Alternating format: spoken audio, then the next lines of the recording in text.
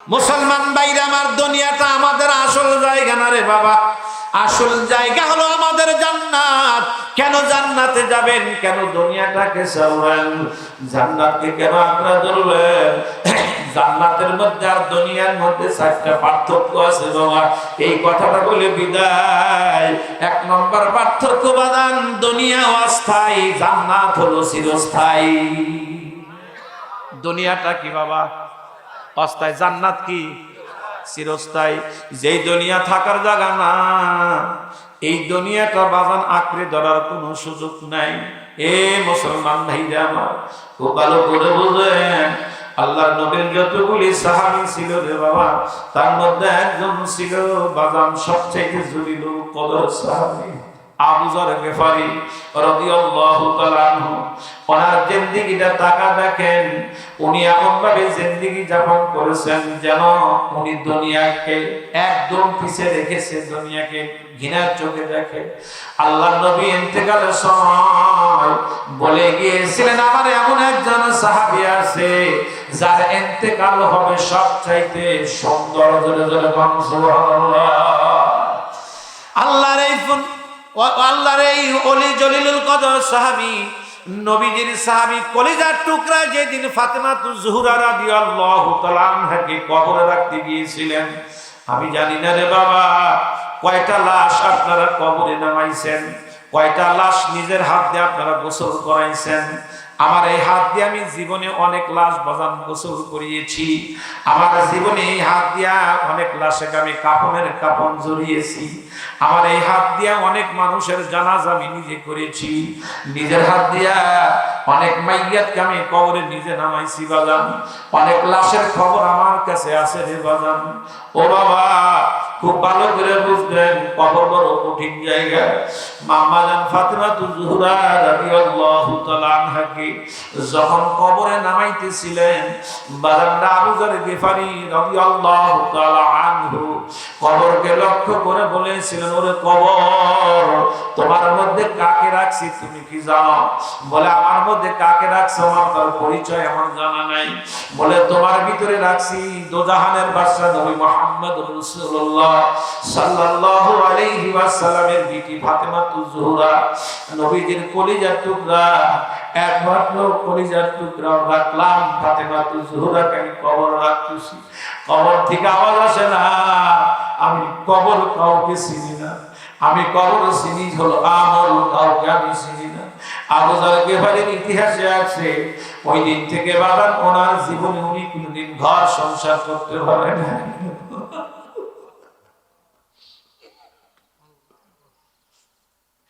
ও জান, খুব দিলের কান দিয়ে বুঝো। আল্লামা মহিউদ্দিন তার কিতাবের মধ্যে লিখছেন, এই কথা শোনার পর থেকে নিয়ে আবু যর গিফারি রাদিয়াল্লাহু তাআলা আনহু বাড়ি ছাড়লেন, ঘর ছাড়লেন। উনি এমন জায়গায় বসবাস করতেন যার আশেপাশে 25 কিলোমিটার মধ্যে কোনো বাড়ি ঘর নাই। পারলে মাত্র একটা বিটি, উনি আর ওনার বিবি বাজারে কোন রকম জীবন চালান, সংসার চালান। আজকেই তার ইন্তেকালের সময়। বাজান বিবি বড় পেরেশান, ছোট্ট বিটি বাজান কলিজার টুকরা, বাবার মাথার কাছে এসে কোরআন শরীফ তেলাওয়াত করতেছেন। কেন বলে ভাই, দুনিয়াতে একটা বেটা বেটি রেখে যাবেন যিনি ইন্তেকালের সময় পাশে বসে কোরআন পড়বে, যিনি আপনার জানাজা করবে। আপনারা জানেন বাবা, বিটিরা কিন্তু বাপ ভক্ত বেশি হয়। কথা কয় না? বিটিরা বাবাকে অত্যন্ত ভালোবাসেন, বিটিরা বাবাকে অত্যন্ত আদর করেন, বিটিরা বাবাকে কলিজার সে বেশি ভালোবাসে। বাবা দুনিয়ার থেকে ইন্তেকাল, বাবার মাথার কাছে কোরআন শরীফ পড়ে। বিবি একবার ওদিকে যায়, আবার এদিকে আসে। আবু যর গিফারি ডাকতে বলে, আয় বিবি রে, তুমি এমন করতেছো কেন? কি হয়েছে তোমার, তুমি বলো। বিবি ডাক দেয়, স্বামী আমার, আমি কেন এরকম করি? তুমি যদি এখন মারা যাও, কে তোমার কবর খনন করবে? কে তোমার গোসল করাবে? কে তোমাকে জানাজা করবে? কি কবরে নিয়ে যাবে? আবু যর গিফারি চোখের পানি ছেড়ে দিয়ে কয়, বিবি রে, আমার নবী ভুলে গেছে এমন একজন সাহাবী আমার আছে, সবচাইতে তার সম্মানজনক মৃত্যু হবে এবং জানাজা হবে। এ বিবি, আমার দিলের বিশ্বাস আমার জানাজা সবচাইতে সম্মানজনক হবে। কিছুক্ষণ পর আবু যার গেফারি ডাকতে বলতেছেন, বিবি রে, বিবিরে বাসায় কি কোনো কিছু নাস্তা পানি আছে? বলেন নাই। বলে আমার বাড়ির দিকে 29 জন সাহাবী আসতেছে, যার নেতৃত্ব দিচ্ছে হযরত আব্দুল্লাহ ইবনে মাসউদ রাদিয়াল্লাহু তাআলা আনহু। বিবি কয়, কি ব্যাপার, তুমি কেমনে বুঝলা? তখন তো কোনো মোবাইল ছিল না রে বাবা। কেমনে জানলো? অর্থাৎ আল্লাহ ওয়ালাদের দিলের মোবাইল বাদান চালু থাকে রে বাবা। দুনিয়ার মানুষ যাহা দেখে না, আল্লাহ ওয়ালারা সেই চোখ দিয়া তাহা দেখে। ও বিবি, বাহিরে দাঁড়া 29 জন সাহাবী আমার বাড়ির দিকে আসতেছে। এইদিকে ছোট বেটি বাবার মাথার কাছে বসে বসে জোর জোর জোর জোর জোর জোর করে কাঁদতেছে। কলিজার টুকরা বেটি, কলিজার মধ্যে টান না। কয়, বেটি তুমি কাঁদো কেন? ডাক্তার বলে, বাবা, আমার বাবা সবচাইতে বেশি আমাকে আদর করতা তুমি। তুমি যদি মারা যাও, আমি কাকে বাবা বলে ডাকবো? আমি কার কাছে থাকবো? আবু যার গেফারি কলিজার টুকরা পিটিকে বুকের মধ্যে নিয়ে বলে, মা, এই দুনিয়াটা আসল বাড়ি না, দুনিয়াটা আসল জায়গা না, দুনিয়াটা আসল বাড়ি না, আসল জায়গা না। এই দুনিয়াতে কেউ থাকে না রে মা। ও মা, দুনিয়ায় যার কেউ নাই, তার আছে আমার আল্লাহ। বললে বিবি তাকা দেখে, ওই তো দূর থেকে কারা যেন আসে। বিবি পর্দার ভয়ে ভিতরে আসছে, ছোট্ট বিটিকে পাঠায় দেয়, বিটি রে যা ঘরের সামনে যা, কারা যেন আসতেছে। ছোট্ট বিটি মাথায় ঘোমটা লাগাইয়া দরজার পাশে যখন দাঁড়ায়, বাদান 29 জন সাহাবী যিনি নেতৃত্ব দেন আব্দুল্লাহ ইবনে মাসউদ, বাদান ছোট্ট বিটির দিকে তাকা দেখে, দুই চোখ দিয়া বৃষ্টির মতো পানি গুলি ঝরতেছে। ডাকতে বলে, আব্দুল্লাহ ইবনে মাসউদ, বিটি রে, এটা কার বাড়ি, কার ঘর? এই জায়গায় কার বাড়ি? এই দ্বীপান্তরের মধ্যে কার ঘর? ছোট্ট বিটি কান্দে আর কয়, হুজুর, যদিও আমার বাবা আপনাদের কি চিনে, কিসের জন্য আপনারা আমার বাবা কি চেনেন না? ও মা, এটা কার বাড়ি, কার ঘর? তোমার বাবার নাম কি? বলে ভিতরে আসেন। এটা হলো আবু যর, সাহাবী আবু যরের বাড়ি, আবু যরের বাড়ির ঘর। আব্দুল্লাহ ইবনে মাসউদ চোখের পানি ছেড়ে দিয়া কান্দে রে, দুই চোখের পানি সারিয়া দিয়া কান্দার বলে, হায় ও আল্লাহর বন্ধু, তুমি এই জায়গায় বাস করো, আমরা জানি না। ঘরের মধ্যে যখন ঢুকলো, বিবি পর্দার আড়ালে চলে গেলেন। যা দেখেন দুনিয়ায় নাই রে, একটা চাদর দিয়ে ঢাইকা রাখছে বাজার, মাথাটাকে পাও খোলা থাকে, আবার পা ডাকে মাথা খোলা থাকে। হায় হায়, একটা চাদর দিয়ে আল্লাহর বান্দাকে ঢাইকা রাখছেন নবীজি।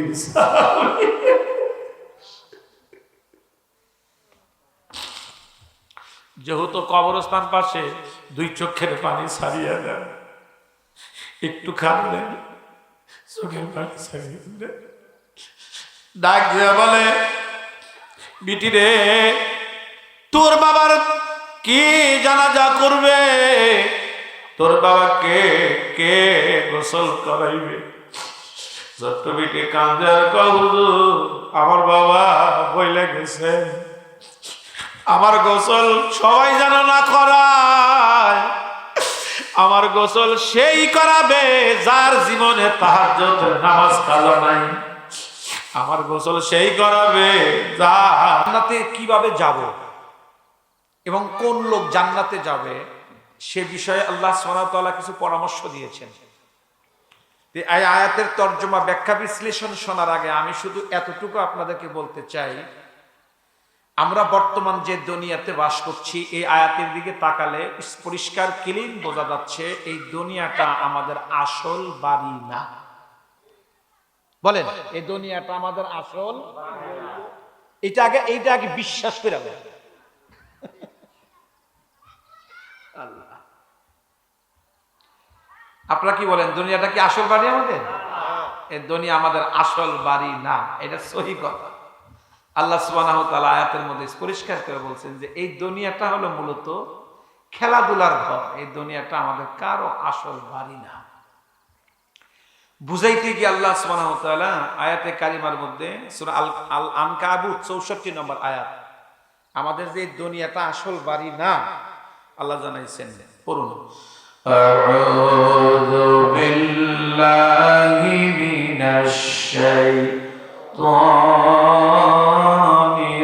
রাজিম, একসাথে বিসমিল্লাহির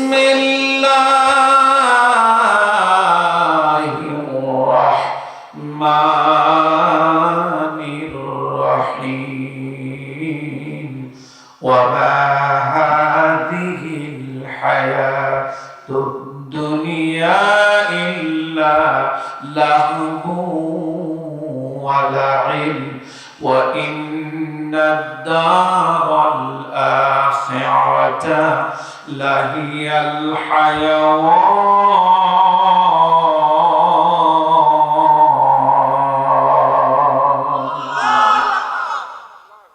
এই দুনিয়াটা আমাদের আসল বাড়ি না, এইটা আগে দিলের সাথে সিটিং করতে হইবে। একটা জিনিস যদি আমরা সিটিং করতে পারি না, এই দুনিয়াটা আমার না, আমার আসল জায়গা না, আমার থাকার জায়গা না, তাহলে আমাদের আমল করা সহজ হবে।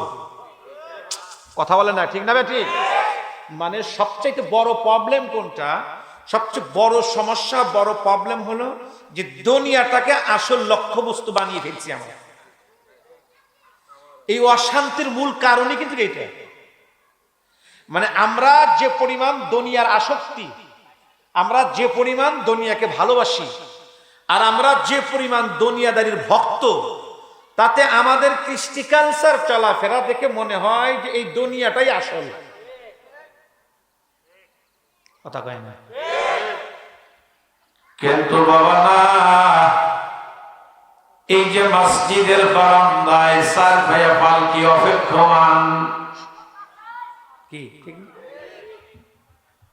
ওই পালকি একবার যার বাড়িতে ঢোকে, ওই পালকিতে একবার যারা ওঠে, কোনদিন আর ফিরে আসে না।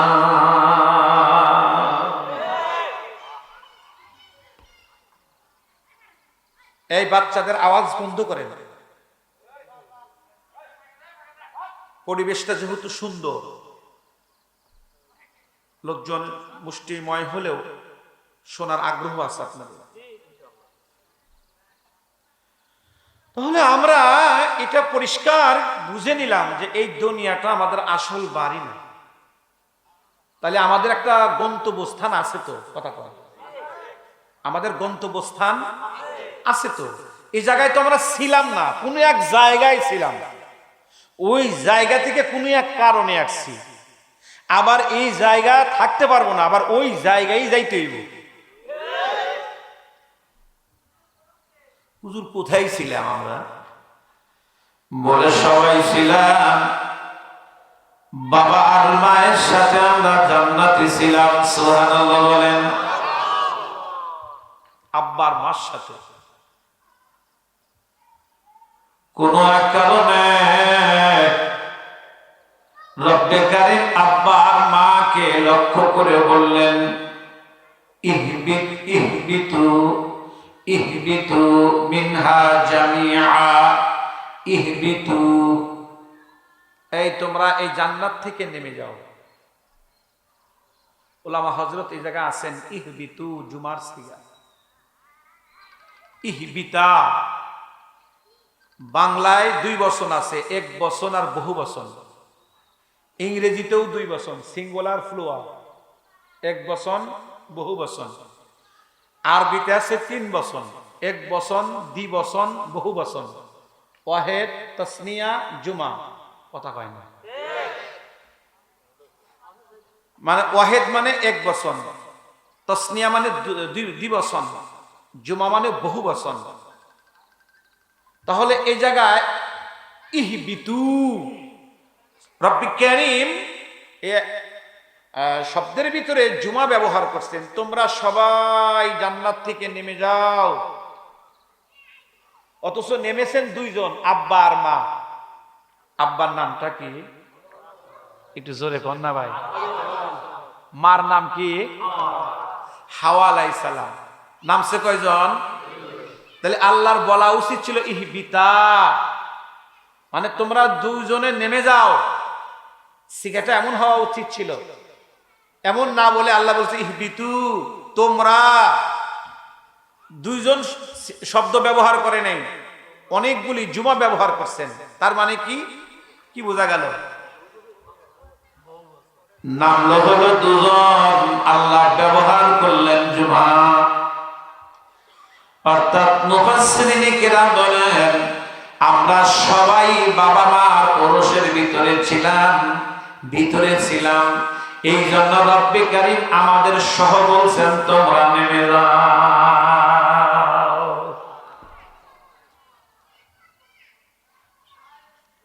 কেন নামছে এই ইতিহাস আমি বলবো না,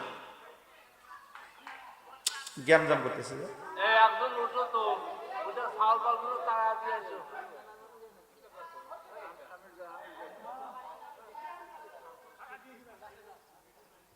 জি, আমার এলাকা অনেক রসুলপুরে ভাইরা আছে, আমার আসে নাই দিয়ে একজন, কয়জন আছে হাত উঠান দেখি।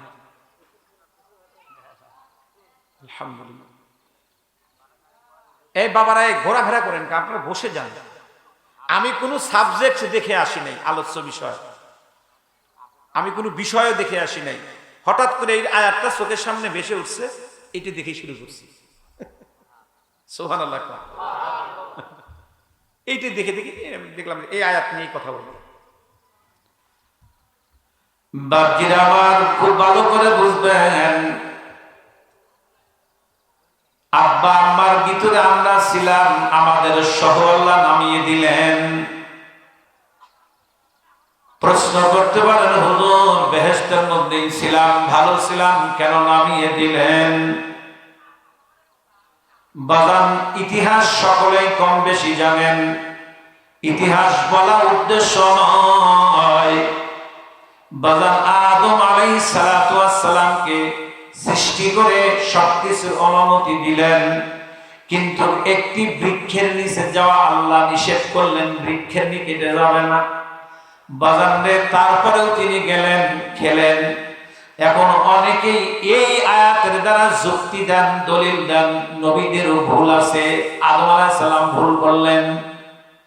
অথচ আহলে সুন্নাত ওয়াল জামাতের আকীদা হলো নবীরা মাসুম, নবীদের কোনো গুনাহ নাই। সুবহানাল্লাহ। আমাদের আকীদা কি? সব নবী রাসূল মাসুম, নিষ্পাপ, নবীদের কোনো গুনাহ নাই। কোনো গুনাহগার মানুষকে আল্লাহ নবী বানায় না, কথা পায় না। আর কোনো গুনাহগার নবী হইতে পারে না। তাহলে সব নবীরা মাসুম, নিষ্পাপ। বলেন সব নবীরা নিষ্পাপ। অনেকেই কয় আদম আলাইহিস সালাম ভুল করছে। তা আচ্ছা, ভুল কাহাকে বলে? ভুল বলা হয় দুনিয়া, আমল দুনিয়া। আমল দুনিয়ায় আমলের হিসাবে বিবেচিত হবে জান্নাত আর জাহান্নাম। দুনিয়ায় কোনো কাজ করলে, ভুল করলে ভুল, ভালো করলে কথা কয় না। আচ্ছা, জান্নাতে কি কোনো ভুল টুল আছে? জান্নাতে কোনো গুনাহ আছে? জান্নাতে কোনো আমল আছে? জান্নাতে কোনো আমল নাই, কোনো গুনাহ নাই, জান্নাতে কোনো কাজ নাই। তো জান্নাতে ভুল কিসে? আমি কি বুঝাইতে পারছি জিনিসটা? জান্নাতে ভুল কিসে? জান্নাতে যা ইচ্ছে তাই করবে। মন চাইতেছে এই মেয়েটা পছন্দ, হুর ধরবে, আল্লাহ সুবহানাহু ওয়া তাআলা চতুর্দিকে নূরের পর্দা ফেলায় দিবেন। দুনিয়া একটা মেয়ে ধরেন তো, কথা কয় না। যদি সবচেয়ে বড় হুজুরও ধরে, তাও কি করবো? আপনারই এই কাম, কথা কয় না। দেখতে আপনাকে এত ভালো, আপনার এই কাম। সাধারণ মানুষরে তাও যে কয়েকটা মারতো, হুজুর যদি কাম করে দুইটা বেশি মারবে, কথা কয় না রে। তাইলে বোঝা গেল দুনিয়াতে কোনো ভুল করলে ভুল, দুনিয়াতে ভুল করলে দুনিয়াতে ভালো করলে জান্নাতে ভুলও নাই ভালো নাই, যা ইচ্ছা তাই। কথা বলে না? তা আদম আলাইহিস সালাম খাইছেন ভুল কিসে? ওটা তো বেহেশতে, বেহেশতে ভুল টুল নাই। আমি কি বুঝাইতে পারছি এখন? তাহলে বোঝা গেল বেহেশতে ছিলাম, এসেছি দুনিয়ায়।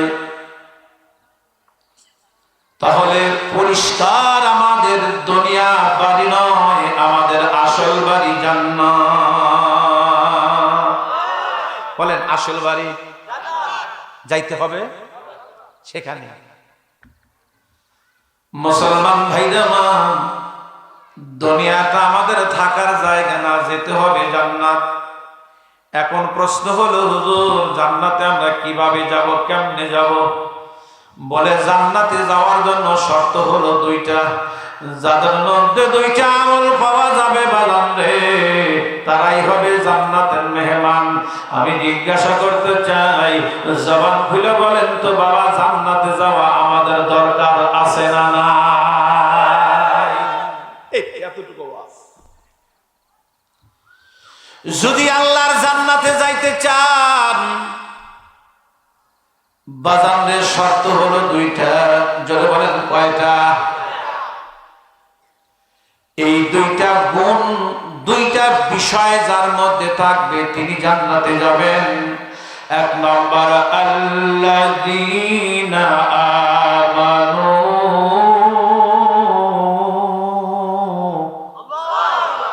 এক নম্বর ঈমানওয়ালা, ঈমান আনয়ন করতে হবে।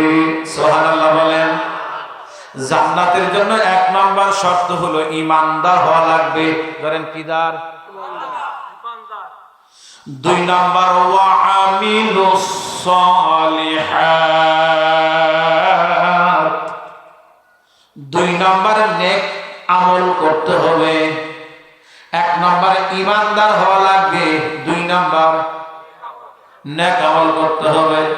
তাহলে বোঝা যায় আমলহীন ভালো কাজ আল্লাহর কাছে গ্রহণযোগ্য নয়। কথাটা ভালো করে বুঝেন। আমল ঈমানহীন, ঈমানহীন বলেন, বলেন ঈমানহীন ভালো কাজ আল্লাহর কাছে গ্রহণযোগ্য না। এই জন্য কাফের যত ভালো কাজই করুক, কাফের, খ্রিস্টান, ইয়াহুদ, নাসারা যত ভালো কাজ করুক, যাদের ঈমান নাই, ওই ভালো কাজ আল্লাহর কাছে গ্রহণযোগ্য না। তবে ন্যূনতম দুনিয়ায় তাদেরকে কিছু দিয়ে দেন রহমানুর রহিম হিসাবে, যে ভালো কাজটা করছে এ বরকতে কিছু দিয়ে দিই। আমার কথা মানে বোঝেননি? তাহলে বোঝা গেল ঈমানহীন, ঈমান ব্যতিরেকে ভালো কাজ আল্লাহর কাছে গ্রহণযোগ্য নয়। তাহলে ভালো কাজ করতে হলে আগে কি লাগবে? ঈমানদার হওয়া লাগবে। এরপরে নাই আপনার প্রপার সাবজেক্ট হলো ভালো কাজ, নেক আমল। বলেন কি আমল? যদি নেক আমল করতে চান, নেক আমলের তিনটা শর্ত। এই তিন শর্তে যারা নেক আমল করে এদেরটা আল্লাহর কাছে গ্রহণযোগ্য। আপনি ঈমানও আনছেন, আপনি ঈমান আনয়ন করছেন, আপনি 6 বস্তুর উপরে ঈমান আনছেন। ঈমান আনার পরে যদি আপনার নেক আমল শুরু করেন, নেক আমলও খুব করছেন আপনি, কিন্তু তিনটি সিফাত নাই, তিনটা গুণ নাই, ও আমল আল্লাহর কাছে গ্রহণ। কথাটা খুব ভালো করে বুঝবেন। কিন্তু আপনি ঈমান আনেননি কিন্তু ভালো কাজ করেন, তাও গ্রহণযোগ্য না। আপনি ঈমান আনছেন কিন্তু পরে নেক আমলও করেন, কিন্তু আমলের মধ্যে তিনটা গুণ নাই, তাও গ্রহণযোগ্য না। বলেন তো সাবজেক্টটা সহজ না কঠিন?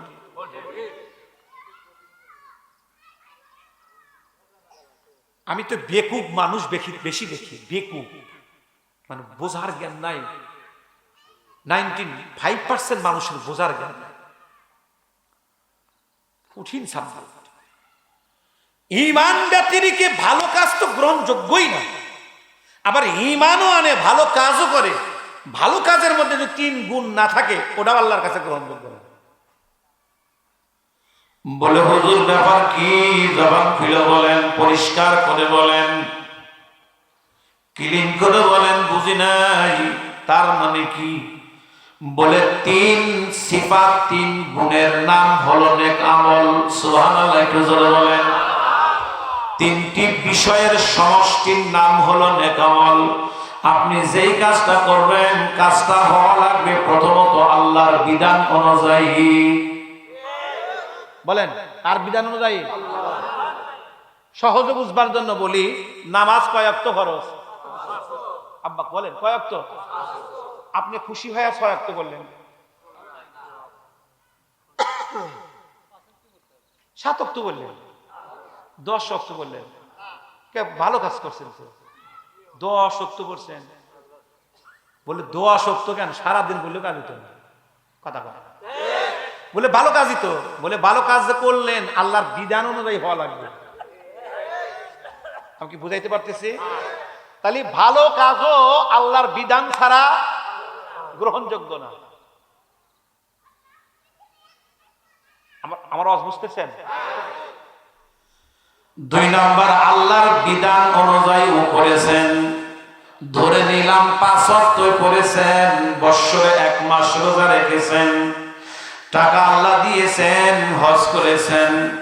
বাজান কিন্তু ওই আমলটা নবীর তরিকা অনুযায়ী হয় না, তবুও গ্রহণযোগ্য না। নামাজ বা আসক্তি করতেছে, এটাও ঠিক, কিন্তু নামাজের ভিতরে নবীর সুন্নাত নাই। কথা কি ক্লিয়ার? মুসলমান বাপজিরা আমার, খুব ভালো করে বোঝার বিষয়।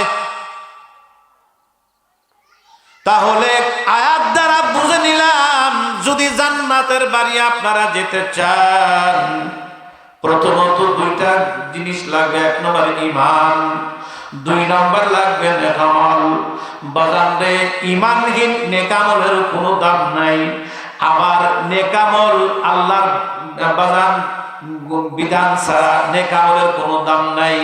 এই জন্যই বাজান 5 ওয়াক্ত নামাজ যদি আপনারা পড়েন, আমরা পড়ি, ওই নামাজ যদি সুন্নাত তরিকা না হয় বাজান, ওই নামাজের মূল্য আল্লাহর কাছে নাই।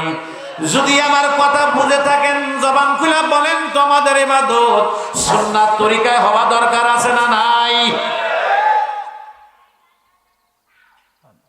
কত মুসল্লি জায়গায় আছে নামাজের যে কেমনে হাত উঠাতে হয় সুন্নাত তরিকা কি অনেকে জানে না। কথা কয়, রুকু কিভাবে করতে হয় জানে না, সেজদা কিভাবে করতে হয় জানে না, সালাম কিভাবে ফিরাইতে হয় জানে না। সালাম ফিরানোর সুন্নাত তরিকা কি একজন একটু দেখাইবেন না আমাদের? দেখি।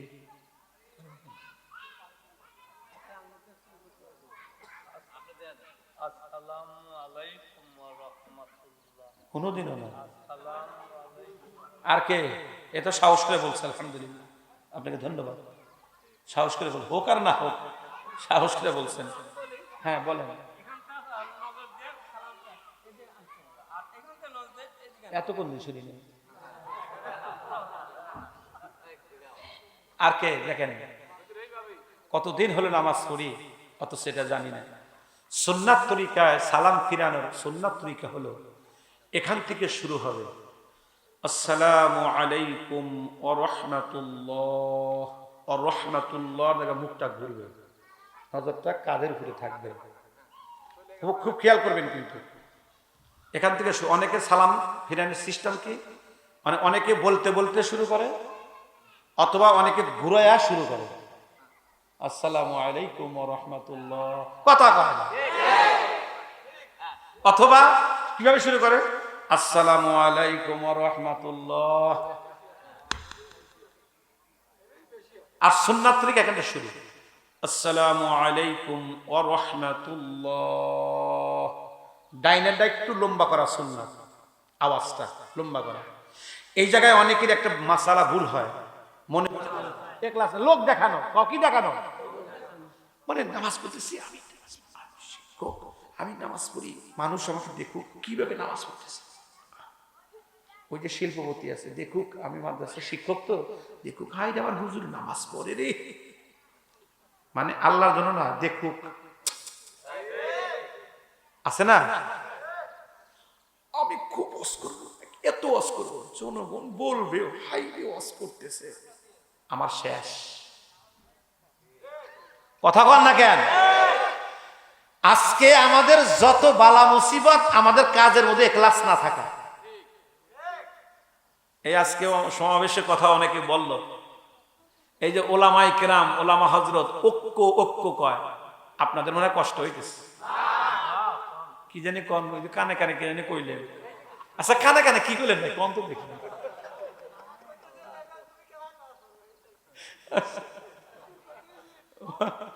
মাশাআল্লাহ, না দেখাইলাম না? এখন যদি পুরা নামাজ দেখাইতেছে তাহলে ওয়াজ হইব না নে। তারপরে দেখা মনে ইনশাআল্লাহ যাওয়ার সময় একটু দেখাই যাবো, কি কন? তাহলে ভালো হইবে না? আমরা যে মোনাজাত করি, মোনাজাত ও সুন্নাত তরিকায় হয় না। একজন দেখান তো মোনাজাতের সুন্নাত তরিকা কি দেখি। আলী সাহেব কি দেখেন? হাত উঠানের সুন্নাত তরিকা তো সাহস করে দেখাইছে। আপনার আর একজন দেখান তো দেখি মোনাজাতের মানে হাত উঠানের সুন্নাত তরিকা কি। হ্যাঁ, আর কে আছেন? হাত উঠানের সুন্নাত তরিকা হলো তালুটা উপর দিকে থাকবে। কোন দিকে থাকবে? হাতটা বুক বরাবর, এই যে মাঝখানে একটু স্বাভাবিক ফাঁক, কথা কয় না, মাঝখানে তালুটা আসমানের দিকে, আর হাতটা থাকবে সিনা বরাবর, বুক বরাবর। অনেকেই আছে দড়ি পাকা, কথা কয় না, আছে না? আবার অনেকেই আছে, অনেকে আছে যে হিন্দুরা যে, অনেকে আছে কোন মোনাজাতটা করে হ্যাঁ সুন্নাত তরিকা। কত জানার বিষয় আমাদের কয়েক রয়ে গেছে। মুসলমান ভাইরা আমার, সবচাইতে বড় যে প্রবলেম, সবচাইতে মারাত্মক যে বিষয়টা আমার কাছে মনে হয়, আমাদের কাজের ভিতরে ইখলাস অধিকাংশ নাই। আমল আল্লাহর বিধান অনুযায়ীও আছে, সুন্নাত তরিকায়ও আছে, কিন্তু তৃতীয় নম্বরের কাছে আমরা ধরা।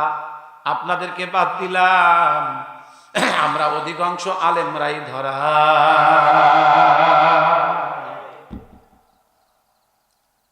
আমরাই ধরা, এটা আপনাদের বাদ। এই জন্য যাত্রাবাই সাহেব বলেন, যদি জাতির আলেম ভালো হয়ে যায়, জাতি একাই ভালো হয়ে যাবে।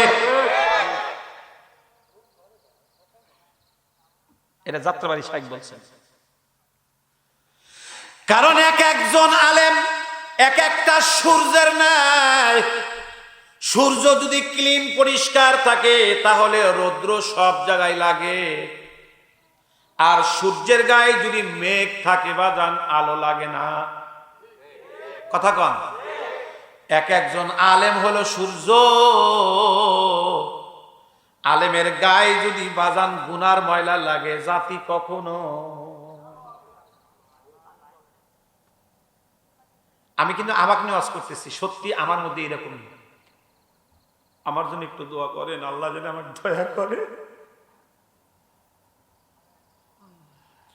একটু আমার এই একই প্রবলেম, তাই নিজের কথাটা নিজেই কইলাম। একটু খাস করে দোয়া করেন, আল্লাহ যেন রহম করে। আল্লাহ সকল আলেমকে যেন আল্লাহ রহম করে।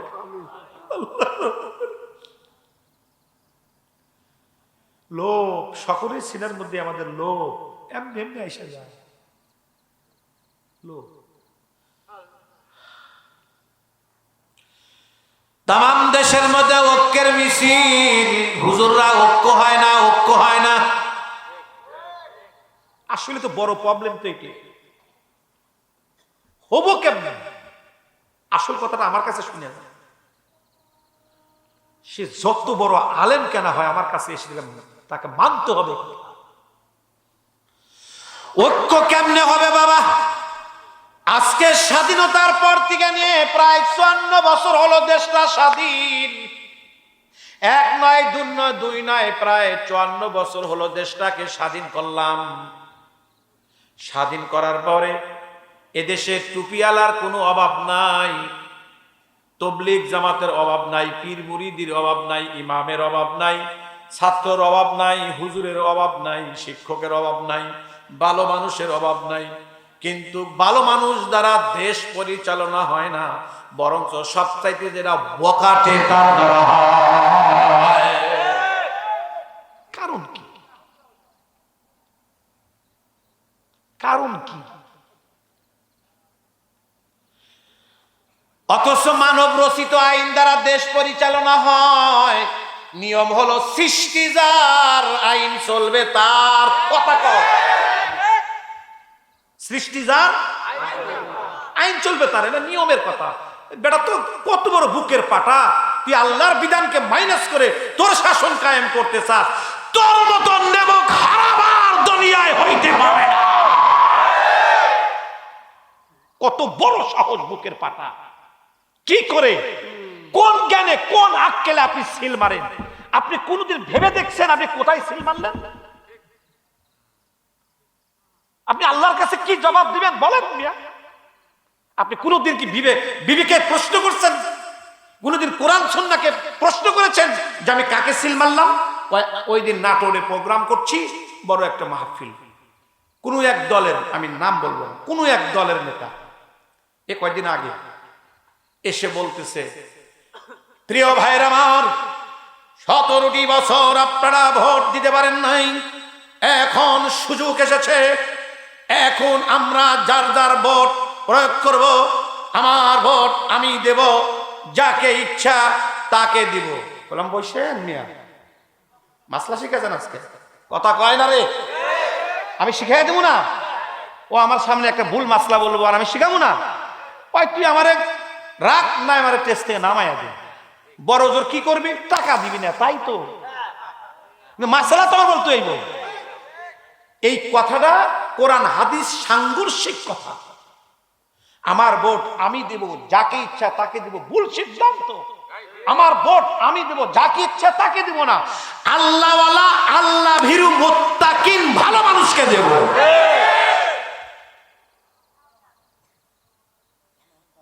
আমাদের কপাল পুড়ছে তো এই জন্যই। আমরা দলের ভক্ত, আল্লাহর ভক্ত না।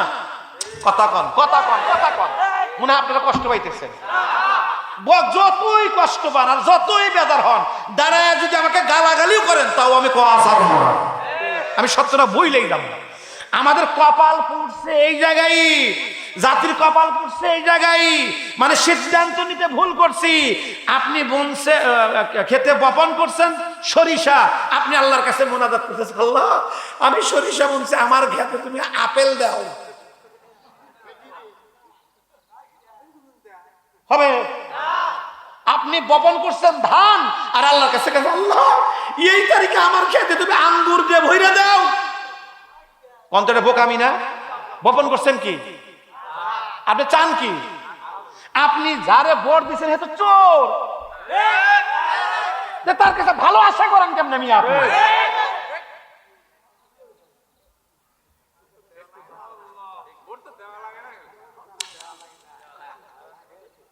স্বাধীনতার পরে দেন নাই, 17 বছর নাই দিন আগে দেন নাই, আগে কি ইসলামওয়ালারা দিছেন? ওই আমাদের ধর্ম উপদেষ্টা বলছে মানুষ আমাদেরকে এত ভালোবাসে, এই যে আসছি খাওয়াইলো, দই খাওয়াইছে, খাবো না, হুজুর নেন, খাওয়া একটা তাবিজ দেয়, তাও গলায় ঝুলায় রাখে। আমাদেরকে এত ভালোবাসে যে তা আমাদেরকে গলায় ঝুলায় রাখে, বোটে দাঁড়িয়ে আর কেউ দেয় না। কথা কয় না রে? অর্থাৎ এই কথা আমি কেন বলছি? আমি বলার উদ্দেশ্য হলো আপনি করলেন কি, আপনি কাজটা করছেন কি? আরে মিয়া, কে যাবে কে না যাবে ওইটা তো আমার দেখার বিষয় না। আমার আল্লাহ যে আছে, আমার যে জবাবদিহি আছে, আমি কিছুদিন পরে ওই জায়গায় যাব, ওই জায়গায় আমার জিজ্ঞাসা করবো আমার রব্বুকা, আমার যে প্রশ্ন করবে উত্তর যে আমার দেওয়া লাগবে। কথা কন, কথা কন। উত্তর কি আমার নেতা এসে দিবে? কার দেওয়া লাগবে?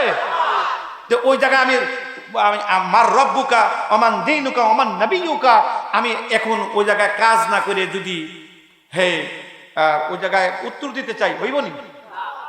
বলে তোমার রসুলকে? বলে আমার রসুল হইল মুহাম্মাদুর রাসূলুল্লাহ সাল্লাল্লাহু আলাইহি ওয়াসাল্লাম, তুমি আল্লাহ রাসূলের আদর্শ মানো নাই, ওই জায়গায় মিথ্যা কথা কইবা। কি কয়? বিসমিল্লাহি ওয়া আলা মিল্লাতি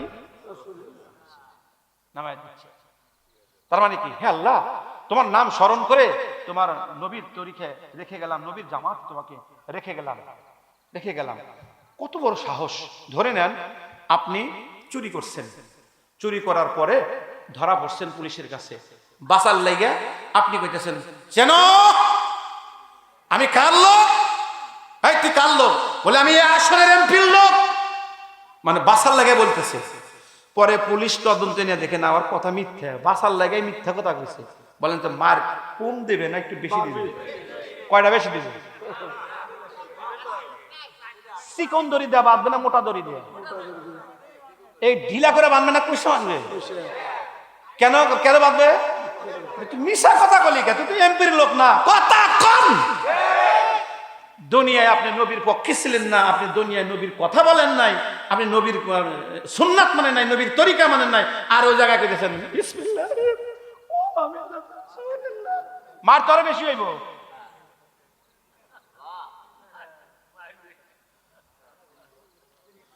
এই শোনেন, ওয়াজ আমি আর কিছুক্ষণ করবো। আমার কথা হইলো আগে সিদ্ধান্ত নেন। আমি যা আজকে দিক নির্দেশনা দিব, আজকে যা আমি কমু তা মানবেন কি? দুনিয়ার কোন নেতার কথা মানবো না। ঠিক রাজি আছেন তো ভাই? কোরআন আর হাদিস যা কব তাই কো মারবো। ইনশাআল্লাহ। বুকে হাত দেন, বুকে হাত দেন। এই একটা তাকবীর দেন ধরে গেলাম ইয়া। আল্লাহু আকবার, আল্লাহু আকবার। কোরআনের আলো ঘরে ঘরে জালো, তোমার নেতা আমার নেতা বিশ্বনবী মুস্তাফা। কোরআন আছে যেখানে আমরা আছি সেখানে, কোরআন নয় যেখানে আমরা নাই সেখানে।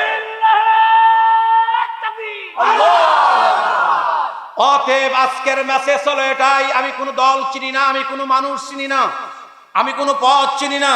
এ দেখা শেষ, ও দেখা শেষ, সব দেখা শেষ। এবার কোরআন সুন্নাহর বাংলাদেশ। জোরে বলেন ঠিক না ঠিক? এবার আমরা দেখবো আল্লাহওয়ালা সংসদ সদস্য, টুপিওয়ালা সংসদ সদস্য, দাড়িওয়ালা সংসদ সদস্য, যাদের হাতে থাকবে তাসবিহ, যারা পড়বে তাহাজ্জুদ, যারা পড়বে আওয়াবিন, যারা পড়বে ইশরাক, যাদের জবানে থাকবে জিকির, যাদের চেহারা দেখলে আল্লাহ রাসূলের কথা মনে হবে, হাসরের কথা মনে হবে, যারা কোরআন নিয়ে পার্লামেন্টে যাবে, পার্লামেন্ট থেকে কোরআন নিয়ে বের হবে, আগামী দিনে তাদেরকেই দেখতে চাই। কে কে রাজি আছেন?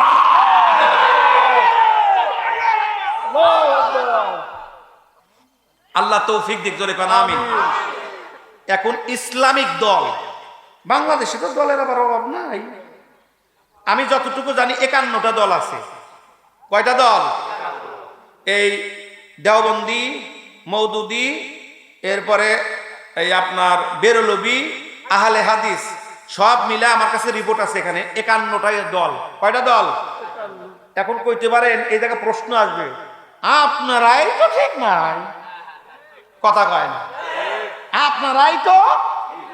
আচ্ছা, এ কথারও যেমন উত্তর আছে, আপনাদের প্রশ্নও ঠিক আছে। আমি একটু পরিষ্কার করে দিই। কি পরিষ্কার করে দিই?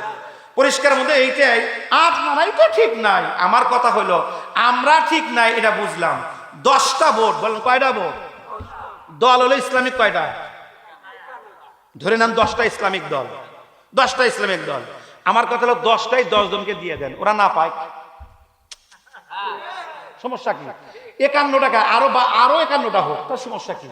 আমি একটা ইসলামিক দলের সাথে থাকলে তো হয়েছে আমার, তবু আমার ইসলামিক দলের সাথে আমার সম্পর্ক থাক। কথা কন?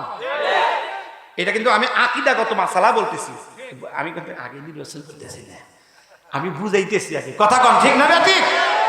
যেমন আমার ভক্ত, আমি পছন্দ করি বাংলাদেশ ইসলামী আন্দোলন বাংলাদেশ, আত্মাকা, যেমন আমি পছন্দ করি, আমি লাইক করি, এ দলের সাথে আমার একটা সম্পর্ক আছে, এটা আমার। আমি তো আরেকজন আরেকটা এরকম থাকতে পারে তো, কথা বলেন নাই তো? আমি ভালোবাসবো কোরআনওয়ালাদের। বলেন কাদেরকে?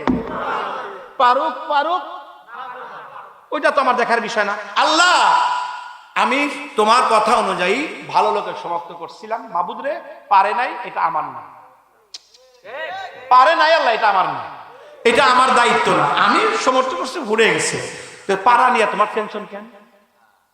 তুমি যে ভোটটা দিলা, এইটা দেওয়ার কারণে তোমার সমর্থন নিয়ে এমপি হইয়া খালি মারে আর টাকা দিয়ে চুরি করে কলম দিবে, তাহলে এই চুরির ভাগ তোমার হবে। বাসালা, তুমি কোন চুরি করো নাই, বরং তোমারটাই চুরি করছে।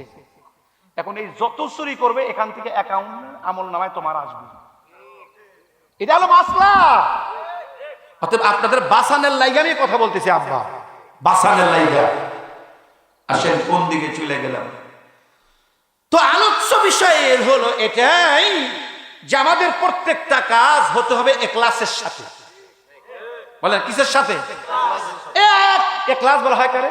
ইখলাস বলা হয় যা করব আল্লাহর জন্য। কোন বলেন তো দেখি, যা করব, বলেন যা করব আল্লাহর জন্য।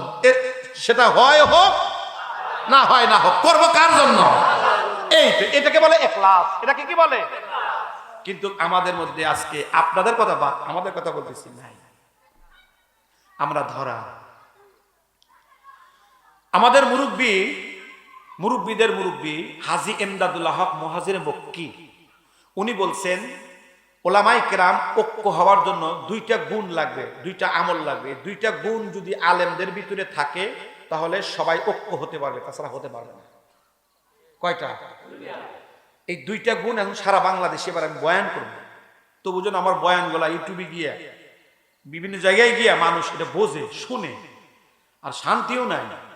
এই অনলাইনে এসে আর এক ঝামেলা। কয়েকদিন আগে আমার একটা ওয়াজ ভাইরাল তামাম পৃথিবীতে, এ নিয়ে ব্যাপক সমালোচনা।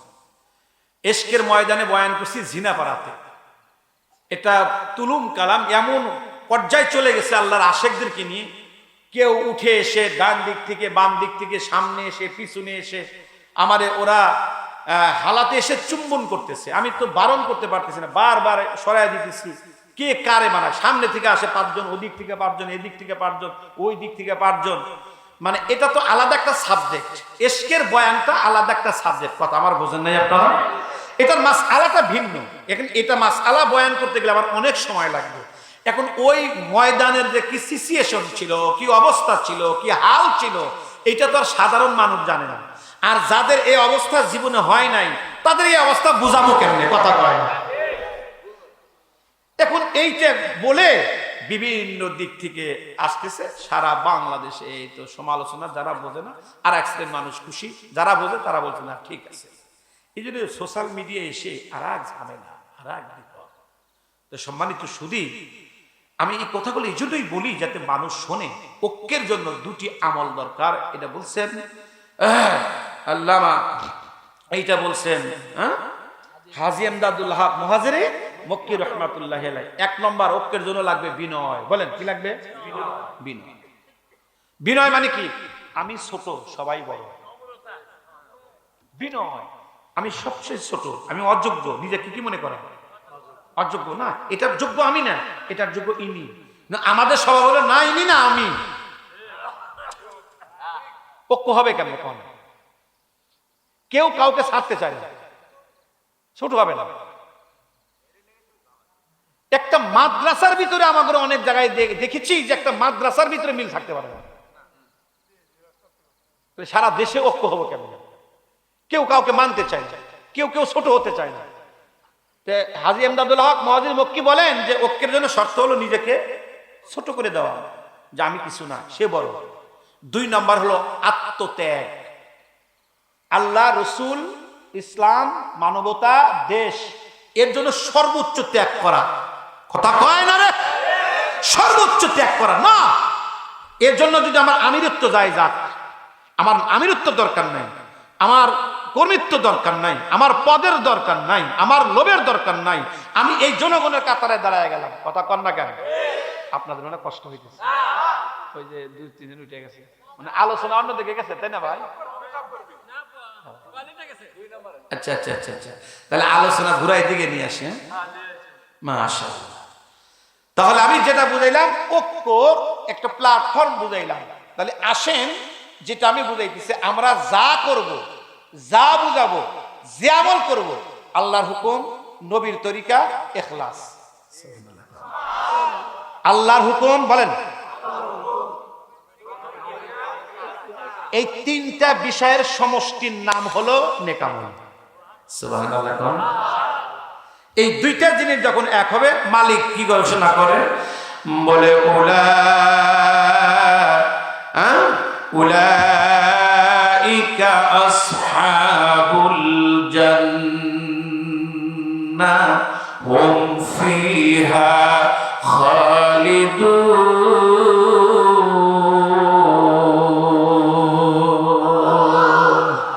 বাজানের আল্লাহর জান্নাতে যাবে যাদের মধ্যে ঈমান থাকবে, যাদের মধ্যে নেক আমল থাকবে, এরা জান্নাতে যাবে। বলে জান্নাতে কতদিন থাকবে? আমার আল্লাহ বলেন জান্নাতে থাকবে চিরদিন, চিরস্থায়ী। আউনাব্বিউকুম বিখাইরিম মিন যালিকুম লিল্লাযীনা তাকাউ ইনদা রাব্বিহিম জান্নাতুন তাজরি মিন তাহতিহাল আনহার খালিদিনা ফিহা ওয়া আজওয়াজুম মুতাহহারাতুন ওয়া রিদওয়ানুম মিনাল্লাহ ওয়াল্লাহু বাসীরুম বিল ইবাদ।